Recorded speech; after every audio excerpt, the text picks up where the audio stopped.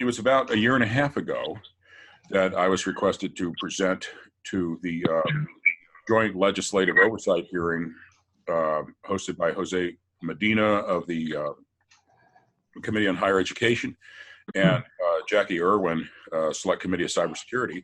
We talked about futures and needs in cybersecurity and degrees, 4 years degrees and things like that. And it was a nice meeting, and we decided at the end of that we should do more to try to improve articulation at that time. And there's still kind of an issue with how we do articulation with the CSUs, primarily because this is a rapidly evolving field. And the traditional notion of IT being certification based and most appropriately dealt with at the community colleges has created an environment where the CSUs specialize in computer science and management of information systems. And the idea of adding, having the lower division or upper division of what we call IT in the community college system has not something that's traditionally been there. But it's something that's growing and changing now in today's environment. Quickly, just some notes from that meeting. And by the way, our guest from National University, Chris Simpson, was with me in that meeting. As everybody talked and bemoaned about the lack of cybersecurity education, he was going, we have that. We have that. Do you remember that, Chris? It was something else. But anyhow, just very quickly, from then, it hasn't changed much. We've got anywhere, depending on who you ask, somewhere between 45 to about 70,000 open cybersecurity jobs right now. And increasingly, they're asking for bachelor's degrees because it's more complicated these days. In the community college system, we have about 27,000 students who take an IT course at any particular time among our 114 campuses. We have relationships with high schools doing cyber patriot activities. We have about 205 active competing teams we support. 64 of our campuses are Cisco academies, and 70% of our colleges have purchased or have access to an online computer lab to help facilitate the training and IT curriculum. We have 333 IT faculty across the system, 71% with master's degrees. So the community college system is well prepared to launch students in the IT field. But then what happens? And today, our investigator, subject matter expert at large, Sean Monson, has been working in the field and with colleges to make better alignments among the private education. Backstage view.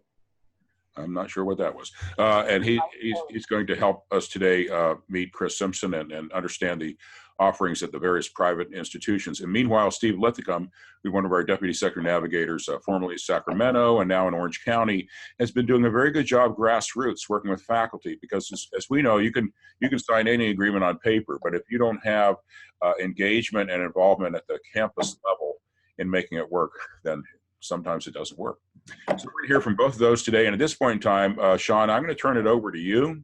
Are you ready? I am ready, willing, and able.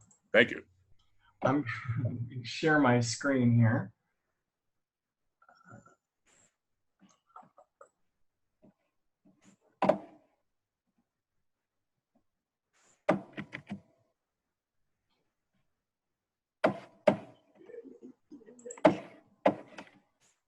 Just a second, we're in the process of sharing.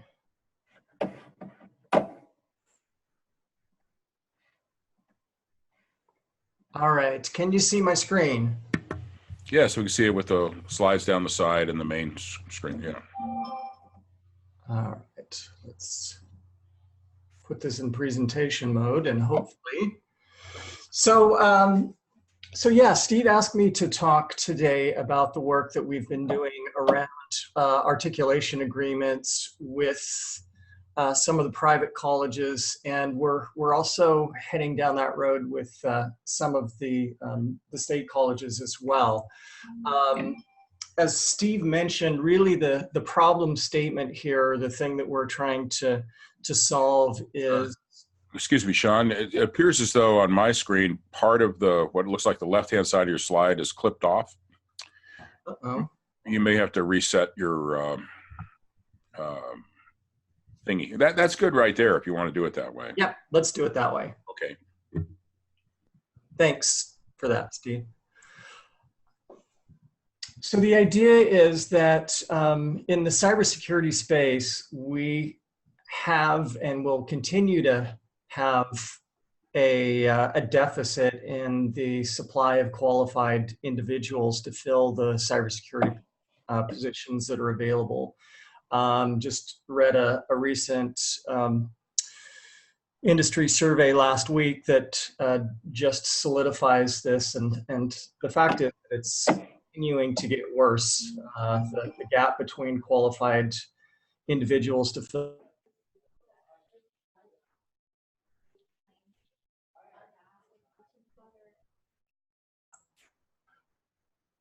Sean, you went mute on us? Yep, it looked like there was a global mute that happened there.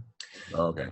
So really the first step was for us to try and build more cybersecurity related programs within the community colleges, and the work that we did last week around the IT technician pathway for cybersecurity gave our community colleges really a roadmap for developing cybersecurity programs at the community college level. And we rolled that out last year, and community colleges have embraced that and are in fact creating cybersecurity related programs at the 2-year associate's degree level.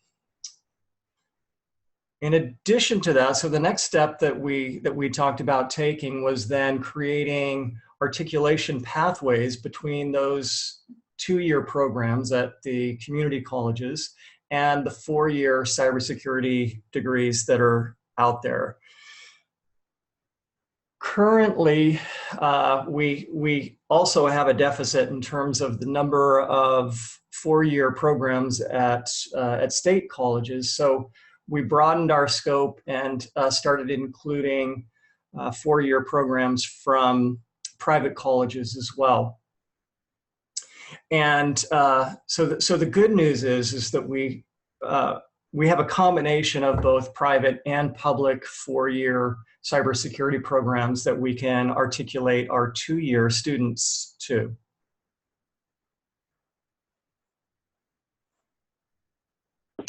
So currently, we have agreements in place with National University, and they're here to talk to us today. And because of that, I thought I would talk a little bit about the process that we've followed and where we're at in terms of our articulation agreement with National. But in addition, we have agreements in place with Western Governors University and Southern New Hampshire University, and we are also in talks with CSU San Bernardino to put something in place with them for their cyber degree as well. Excuse me, Sean, could I ask a question? You bet. Now, when you say these agreements in place, this is agreements based on this common platform, either the IT technician pathway or the IT model curriculum. There may be other articulations throughout the system that are more customized. Is that true? That is correct. So what we've done with National, actually, we are getting down to a school-by-school articulation pathway for each of those colleges. And as we were going into this, we were hopeful that we might be able to get statewide agreements in place. And we do have one of those in place with Western Governors University based on the CID statewide numbering system. But many of the colleges are going to, and at some point will need to get into a college by college agreement with Western Governors as well. And the articulation agreement is a very specific agreement between 2 colleges that says, for these specific classes, we're going to give you credit for these classes in our program. And it actually goes down to great detail in terms of the general education requirements and all of those things. So, so yes, we have a statewide agreement in place with Western Governors, and we have school-specific agreements in place with National University. So, yeah. Did that answer your question? Steve? Yes, it did. Thank you. All right. So you may be wondering why specifically we chose national. They do have a very robust 4-year cybersecurity bachelor's degree. As Steve or as Chris will tell you in a little bit, they also provide generous scholarship opportunities for our community college students. And honestly, they are just genuinely interested in establishing relationships with us and with our community colleges and creating pathways for our 2-year colleges. So they've been very supportive in this process. So specifically the project team, as you know, Steve Wright, he's our fearless leader and our sponsor. He is the person that directed this work in the first place. I was the project lead for the community colleges. Joseph Allen was the project lead for National University. Chris Simpson, who is on the call today, is the director of National Center for Cybersecurity and basically their academic program director for their bachelor's degree. And then Jorge Salas, he's the actual registrar at National University that worked closely with us to put these agreements in place. So the process, when we started this was national. We hadn't gone through this process before, so a lot of it was just defining what the process looks like, defining what the scope of the project was, what we were going to do and what we weren't going to do, define the steps that we were going to follow to actually go through the process. We identified a handful of target community colleges that we would put these pathways in place for, and then we got rolled up our sleeves and got down to the business of actually building pathway documents for a number of our community colleges that have cybersecurity programs. I do have to say Jorge was the person that did most of the heavy lifting in terms of actually looking at the community college courses and aligning those with the National University's courses. So what were the results? We actually have articulation pathway documents in place for these colleges: Coastline, College of the Canyons, Cypress, Long Beach, Mount San Jacinto, Riverside, San Diego City, and Sierra College. So we have pathway documents in place for all of those colleges right now. There's a few more, probably 4 or 5 more colleges that we need to move in that direction with, but we do have pathway documents in place for all of these colleges. So what are our next steps? The good news is that now we have what we feel is a well-worn, well-established process for taking the community colleges through this articulation process. We have excellent relationships with National. Chris and Jorge have been extremely helpful during this process. So for our side, we feel like we need to work with those community colleges that have those pathway documents in place to actually create formal articulation agreements. And again, those will take place between the articulation officer at each one of those colleges and Jorge to put in a formalized document that talks about all of the classes that will be part of the articulation agreement. The next step is then for those community colleges that weren't part of the first group, we need to identify our points of contact with those colleges, get them connected with Jorge, and then work out the details of the articulation agreements on a college by college basis. And we'd like to have all 11 of the community colleges that have cybersecurity programs articulated to national by the end of this year. That's it for me. Well, thank you, Sean. And I think it's important that you pointed out that in every case, we work with the articulation officer at the college to have the final gateway clearance at the college level. Nothing here is done without their involvement. What we've initiated here is a facilitation process to make it easier to do this and to help our students as a result. Okay, so is Chris queued up next to go? All right, so good morning, everybody. I'm Chris with National University, and does everybody see my slides? All right, perfect. Yes, we do. So I'm going to give you a little overview of our National University, talk about our Bachelor's in Cybersecurity program, and then the transfer program that Sean mentioned.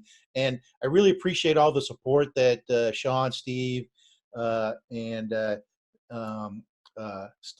both Steves have given us in building these pathways, because we know as an institution, and I think everybody here knows, there's a huge shortage of cybersecurity professionals, and it's a great career path too for people from all different backgrounds. So a little bit about National University. So we have an accelerated format. Our classes are 4 weeks in length. They're 4.5 quarter hours, and students only take one class at a time. So it's a real busy month, but they're focusing on one topic at a time. And this tends to resonate with a lot of students, especially those that are working. Our on-site classes we conduct in the evening. They're twice a week, 5:30 to 9:30 plus one Saturday, and there's a bit of an online component in the bachelor's program too.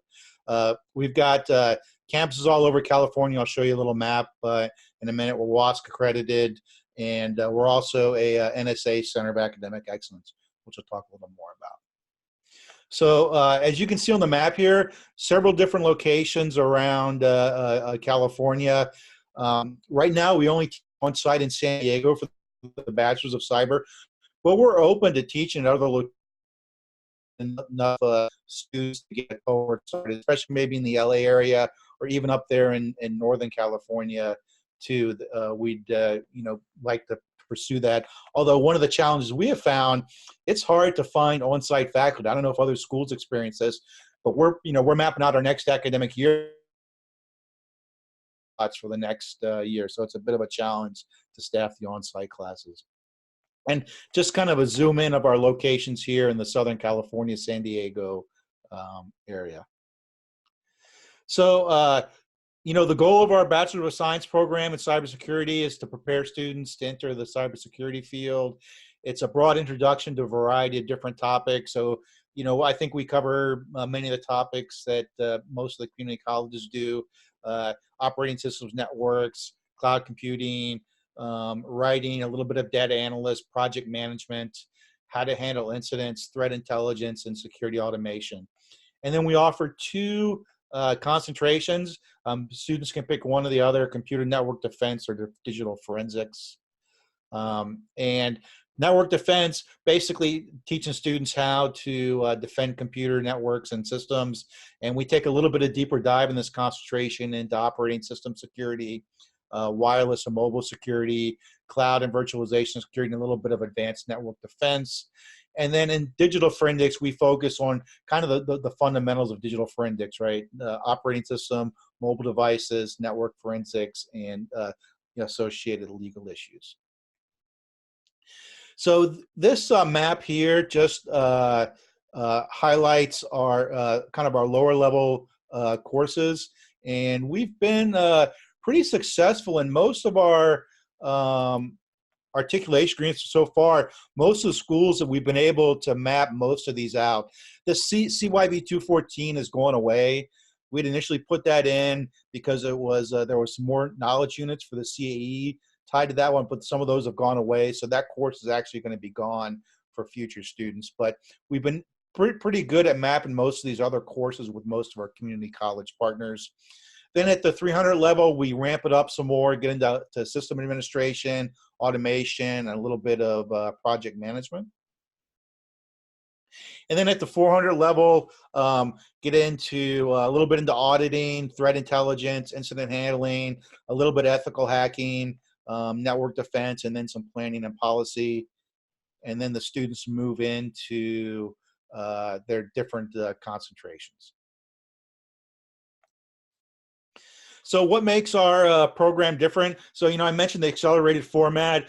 Our average student age is about 33-ish for students. But we're starting to see younger students enter into the bachelor's program.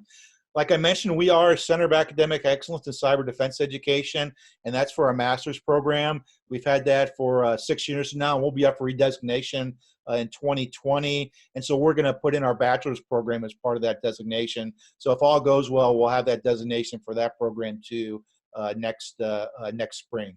And we designed the program from the start to be mapped to the knowledge units and things like that.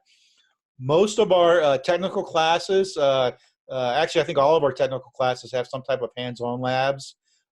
We use a variety of outsourced labs, InfoSec Learning, Circadence, Nice Challenge, so a bunch of free labs that we use in our classes.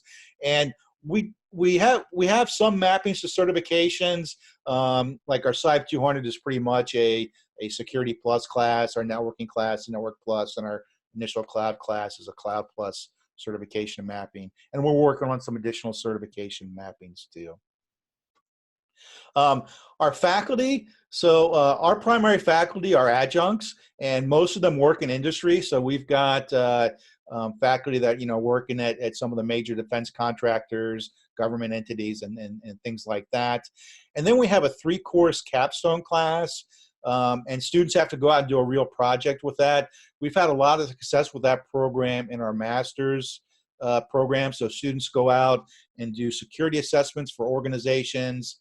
And they give them free work. We have a kind of a boilerplate agreement where we get a hold harmless for our students to make sure they don't get sued or anything like that if something does happen to go wrong. Our first bachelor's cohort is actually finishing up is in the middle of their 3-month capstone classes.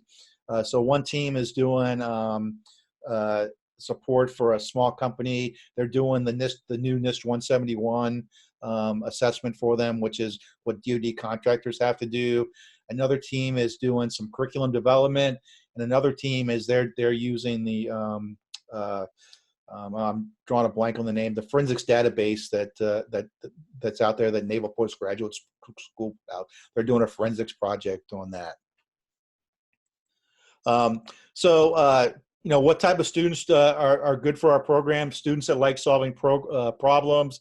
As everybody here knows, they need an aptitude for technology, and we have a pretty high veteran and active duty military population. We run about 50 to 60%. Student knowledge, systems thinking mindset, comfortable using technology, critical thinking, problem solving. And we also have an advisory board, and they highlight that being a team member, being able to write, and being able to manage projects are critical skills that employers look for nowadays. And then these are just some of the sample jobs that students might be able to get after they complete our program. And like I mentioned, we do on-site and online. Right now, we run 4 cohorts a year, one for each specialization and one in on-site and online modality. And like I mentioned, our on-site are here in San Diego. But the nice thing about our 1-month format, we're a little bit more flexible in our starting, when we can start. So we tend to do year-round starts, as you can see here from this slide. So it's just some recommendations. We really encourage students to take their gen ed classes first, get those out of the way, and then follow our sequence. We kind of schedule the cohort model. That always doesn't work out for students, but that's kind of what we like them to follow. We have an active cyber club. Last year, we made it to the Western Regionals for the WRCCDC. Unfortunately, not this year, but they're participating in the National Cyber League. They've done MITRE, Cyber Olympics. We tried the DEF CON qualifiers last year, probably do it again this year.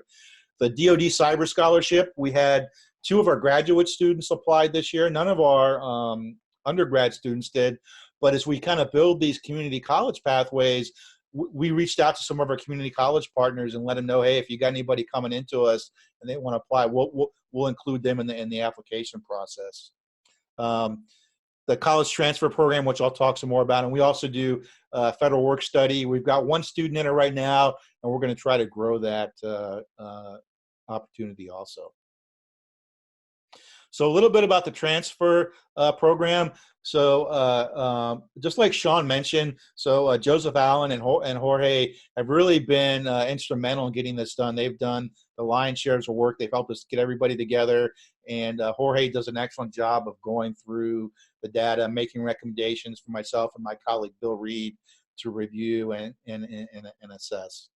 So the associate degree for transfer pathway, basically it's a pathway from community colleges that if you get an associate's degree from community college, you can enroll in National University, and you're basically starting at the junior level. And it offers a significant discount in tuition for students. It's up to 18 courses. And Joseph, you can reach out to me and I connect you with Joseph for more specifics, but up to 20 courses they get. I think this is about a 50% discount on our regular tuition. So it's a great program and a great way for students to save money to get into the program. And so if you are interested in doing this, you can reach out to myself and my colleague Bill Reed. It's good to just email both of us. We're both stay pretty busy, and whoever's the first one available, we can kind of hop on and get things rolling. You know, if you can send us ahead of time your degree program, course descriptions, your syllabi, and outlines, and we're happy to share ours with you too. And if you're applying for CAE2Y or you're already a CAE2Y, share that too. And we're happy to build, you know, letters of support if you're going through the process. Like I mentioned, we're going through our process, redesignation coming up here in fall. So we're going to be looking for some support letters too. And then we just look at it and we work collaboratively with everybody to identify, you know, where the equivalencies work. And like I said, our goal is really to get students up, you know, right in at the junior level and get them in and, you know, get them trained with a quality education and get them out in the workforce. And we've got a transfer credit calculator that your advisors or the students can look themselves. And let's see, and there's our website. And are there any questions? I know I kind of blew through everything pretty quick, but happy to answer any questions. Chris, have you got any data on these? I know the cohorts are kind of fresh, but how's your placement rate going? Are you getting students into interesting jobs? Yeah, so, you know, for the bachelor's, I don't have any data like our first cohort's going through. I know anecdotally, you know, like one student in the first cohort, he was a veterinary tech and got an email. He is a security analyst at a large credit union in the area now. We've got 3 of our students receive scholarships from the financial sector ISAC. And they've got mentors in the financial community. One of our students, our mentor, is like the VP of Chase Bank. Our master's program, you know, we get a lot of feedback from students about, you know, where they're working for some of the larger companies. For us, it's kind of hard to get access to the specific data. We have a pretty good retention rate. Our master's program runs about 80% retention rate, and you know, students that get through and complete the program. Still don't really have the data yet for our bachelor since we haven't completed it, but you know, Bill and I are very hands-on, so we make connections with our students, and we really want to you know, make sure everybody gets through and reach out to the students that might be struggling. Well, thank you, Chris. That's very interesting and informative. We'll kind of open it up for more questions in a minute. Let me just check the chat window real quick, see if there's a few. All right, yeah, normal stuff. Okay, Chris, obviously, you know, placement of students is very important to us. Anytime we find ourselves at the career centers or whatever, advocating as someone consider going to a private school where their tuition is going to be more than maybe a CSU or something like that, then we want to make sure that it's really a valuable thing that's going to result in some sort of placement. So keep on that data. We'd really appreciate seeing that coming in and how that's working. Right now, we know there's a demand. I mean, it's a pretty much a slam dunk for cybersecurity. So, and it sounds like you're getting a lot of people that are incumbent workers maybe coming back. Do you give any credit for prior certifications at all, or is that something you guys have done? If someone has a certification from, Cisco or CompTIA, do you give credit for prior learning for any of that? Yeah, we don't give direct credit for certifications, but we do map to a lot of the military credits. So some of the, if they're veterans and they've been through like the Navy IT or cyber schools or Army cyber, Air Force cyber schools. So we do some credit mapping for that. But right now we don't do direct mapping for certification, and we're working on doing credit by exam. So so students can test out of a class. Yeah, this is more. These are all timely topics in our business these days, whether it's public or private, is how to help with that. Okay, thank you, Chris. We'll get back with questions, and right now we're going to turn our attention to Steve Linthicum, who's our Deputy Secretary Navigator in the Orange County area. And Steve's background as faculty is one where he understands the importance of coming up with a pathway where the faculty are engaged and how that impacts actually the number of students that will actually consider that pathway. Steve, you want to take it from here? Sure.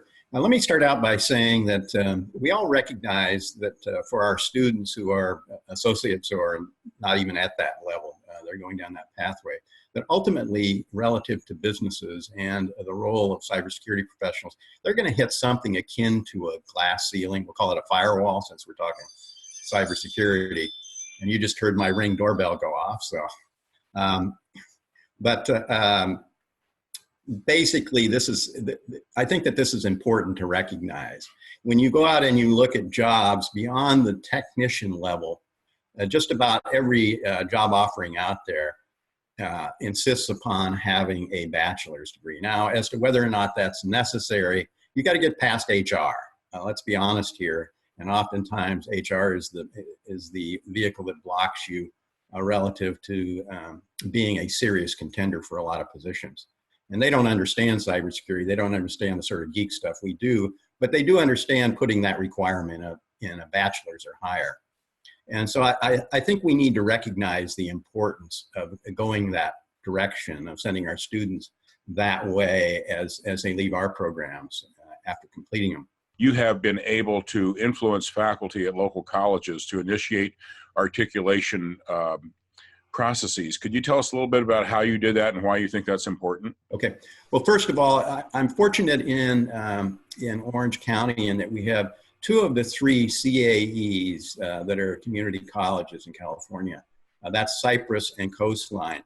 One key component for colleges who are interested in becoming a CAE is to have transfer pathways into four-year universities. And so part of the, in essence, pitch that I'm giving the other colleges in Orange County is the importance of having that pathway if they want to go through and get the CAE designation. And a number of them do. And so from bringing in my faculty roots, I understand that faculty ultimately need to have the buy-in relative to going down this pathway. And so what I've been doing is identifying colleges here, community colleges, that have those courses that are typically the root of our cybersecurity pathway. And typically they're A+, the ITIS 110, the Network Plus, which is the ITIS 150, and the Security Plus related course, which is the 160 course. And so with that package, and perhaps adding a programming course, a Python course, they really meet the objectives that learning knowledge requirements associated with the CAE designation. So that's the pathway I'm running with.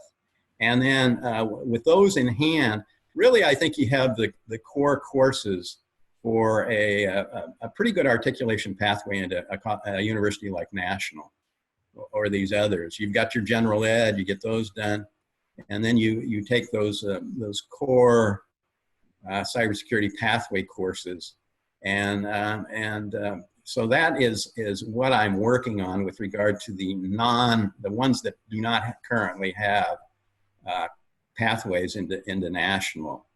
And have you been able to get the faculty to initiate the process for the articulation? Yes, yes. And that's exactly what I'm doing. I'm going around from college to college. We have 9 colleges here in Orange County. 2 of them already have the pathway and 5 do not. And the other 2 simply do not have the sort of courses in line. And probably won't, frankly.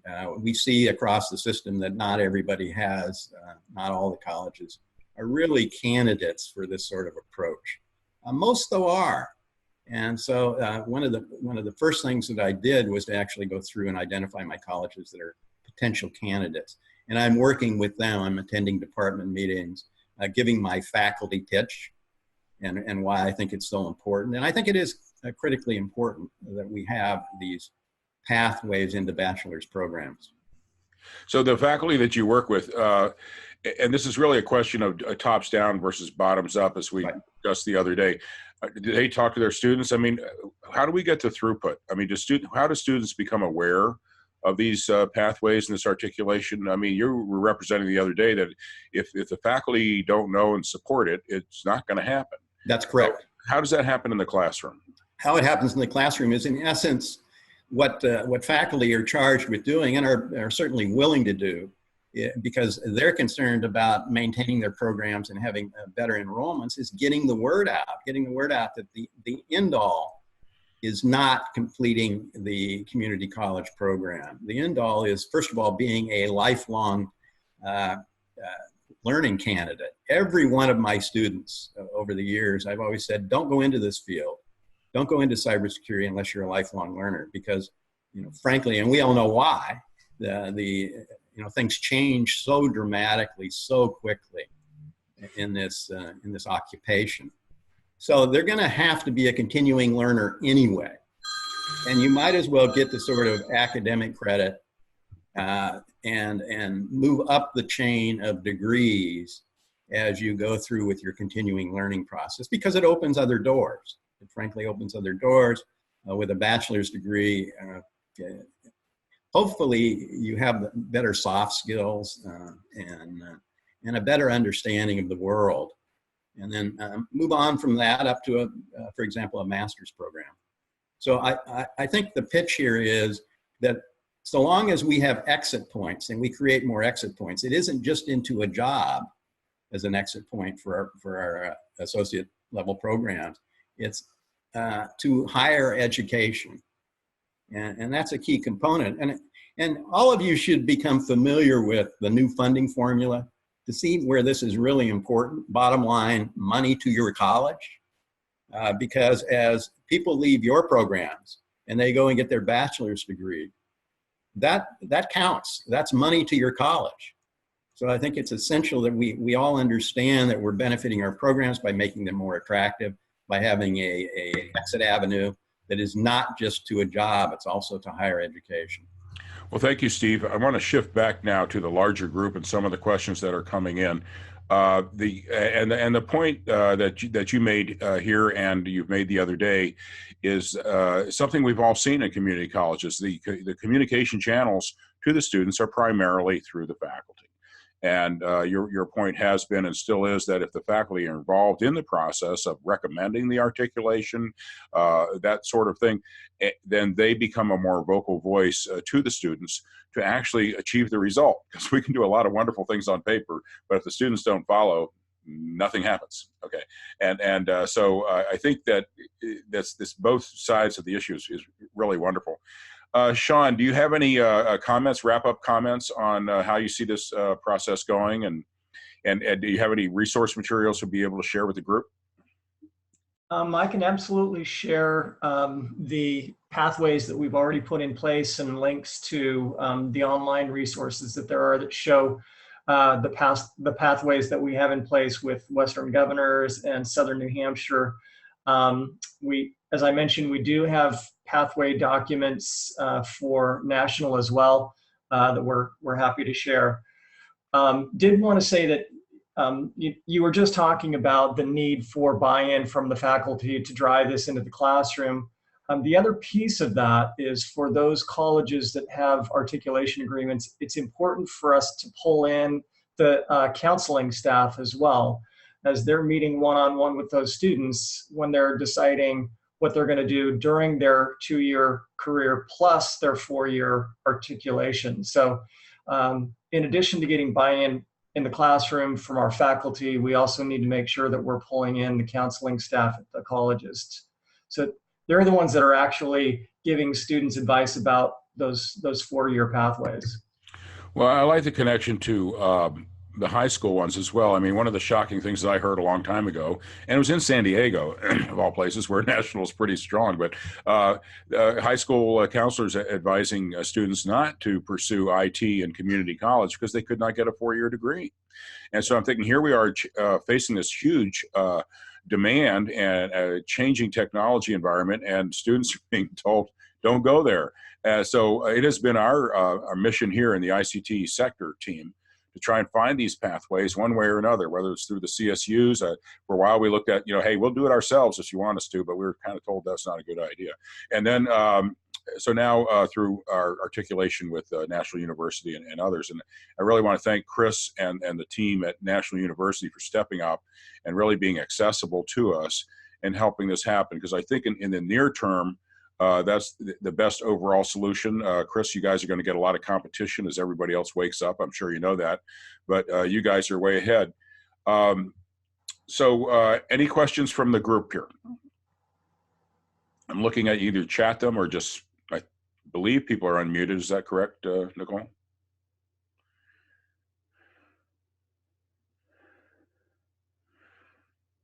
We will have slides available. This is a recorded session. Comments from the group? Go ahead. Yeah, we're, who can we talk to kind of figure out these pathways and get some more information on it? Well, we have published information on the IT model curriculum has been developed by the faculty at the community college system, and there's updates to it right now. They're on our new website. There's a Google Drive. If you look at the IT portion of the subsector, on our IT website, which maybe Nicole can put up the new address for it here, you will find links to both the IT model curriculum and the IT technician pathway. The IT technician pathway took the IT model curriculum and said, okay, if you can't go to school for 2 years straight and an AA degree is not your ticket, how do you get into this if you need to get a job in 6 months?